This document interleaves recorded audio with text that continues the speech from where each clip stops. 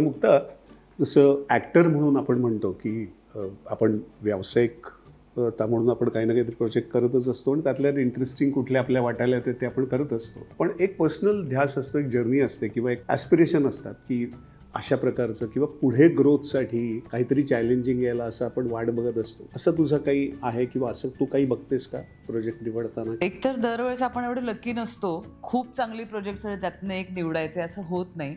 खूप वर्ष वाट बघितल्यानंतर एखादं बरं प्रोजेक्ट आपल्या वाट्याला येत. त्यामुळे तुम्ही मगाशी म्हणाला तसं की प्रोफेशन म्हणून असंख्य प्रोजेक्ट्स आपण घेत राहतो, करत राहतो आणि त्यातनं काही ना काहीतरी आपण परत शिकत राहतो. बँक बॅलन्स पण असतो, घराचे हप्तेही असतात, तेही Absolutely. त्यातली प्रॅक्टिकल गोष्टी पण आहेत. Absolutely. पण तरी कधीतरी असं एखादी संधी मिळते की नवीनच कोणीतरी काहीतरी लिहिलंय, त्याला पण क्लॅरिटी नाहीये, कदाचित बजेटही कमी आहे, पण या प्रोजेक्टमध्ये काहीतरी आहे, त्या कलाकृतीला काहीतरी सांगायचंय. दरवेळेस ते म्हणजे सामाजिक भान जपणारं असतं असंही नाही.